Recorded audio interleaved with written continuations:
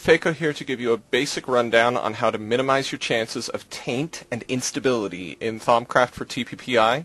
This is recorded on TPPI version 1.0.6, so if you're playing a different version or if you're trying this against Thaumcraft in 1.7, your results may vary.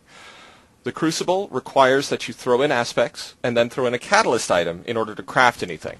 So let me grab my ingredients and items, and we are going to craft Thaumium, one of the basic materials. You're going to use this for Tinker's Construct, you're going to use this for a lot of stuff. If you look, Force Nuggets have 2 Precantatio, and every ingot of Thaumium takes 4. So all I have to do is toss in 2 Force Ingots and 1 Iron, and I will get a Thaumium ingot. There's no aspects left over. Not every recipe can be done like this, especially recipes later on. Golems? Forget about it. You can't just throw in raw materials and expect to have it work this well. Now, you also will find that things don't always add up quite so nicely. Take Nitor, for example. 3, 3, 3. 3 Ignis, 3 Lux, 3 Potentia, 1 Glowstone Dust for 1 Nitor. And if I look, my torch has 1 Lux, my charcoal has 2 Ignis and 2 Potentia, and my glowstone obviously being the catalyst item we don't need to pay attention to. But if I were to take 6 torches, 3 charcoal, and 2 glowstone dust, the 2 Nitor is going to take 6. The torch is going to give me 6 Lux, and the 3 charcoal is going to give me 6 Ignis and 6 Potentia. So I can toss those in, I get 2 Nitor, and I have 0 waste. You can't always craft in batches like this, especially if your water gets low, since the Crucible can only handle 16 items being made in it before it gets emptied completely and must get more water. But you can at least use it as a way to get materials without having to worry about cleaning up afterwards. Later on down the road, once you have Essentia Distillation, your options expand. So here I've got another Crucible, and we're going to make Golems and Thaumium. Now the nice thing about jars is you can use phials, which are crafted similar to glass bottles. All you have to do is you have to add a piece of clay on the top and you get 8 of them. And these little things can hold 8 of an aspect. They also have 1 vacuos, which in and of themselves is useful, but that's for another time. So since this is holding 8 Precantatio and each Thaumium takes 4, all I do is I toss in 1, so I've got 8. And then I toss in the 2 iron, and there's 2 more Thaumium. Nice and simple. You can do the same with Golems.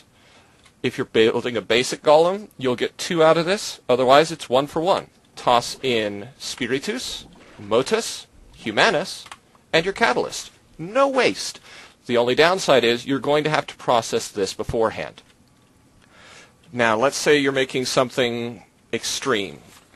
Let's go with Hyper-Energetic Nitor.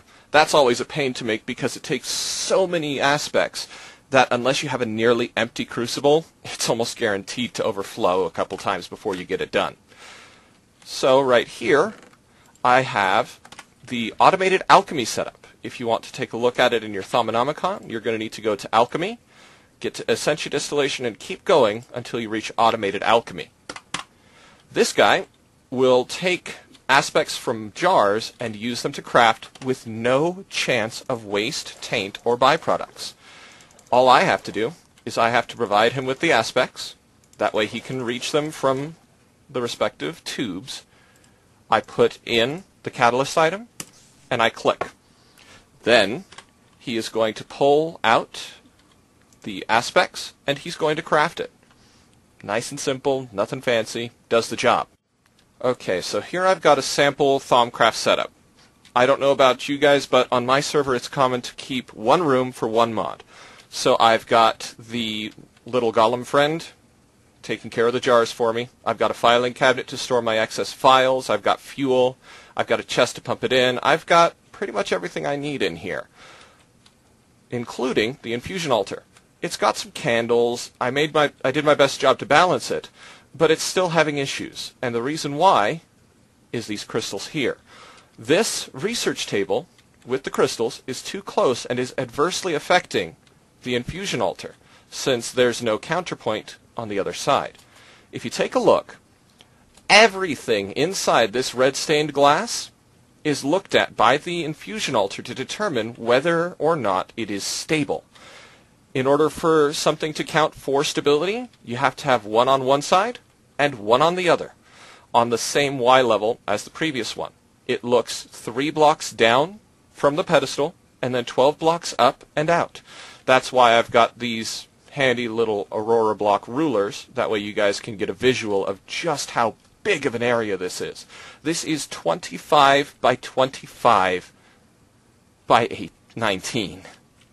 No, wait, not by 19, by 16. It's massive. So you have to be careful when designing to make sure that you're not going to throw off your infusion altar, especially if it's not in its own building. Now, luckily, there's only 3 things to worry about. Any vanilla heads, candles, and crystal clusters. Stone does not matter. Great wood does not matter. Silver wood does not matter. Just the heads, candles, and clusters. And then when it comes to matching, you don't need rotational symmetry, you just flip it across the infusion altar.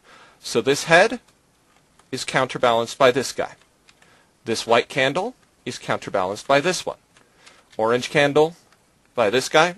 Blue candle by this guy. Mixed cluster by this guy. Not rocket science, but you just have to check how far away it is from the runic matrix and match it on the other side. As far as how many items is required for a best case scenario altar, the magic number for the community is 150. Easiest way to get this is a 13 by 13 area or 2 9 by 9 areas. And then obviously it just has to be somewhere in here, centered across the runic matrix.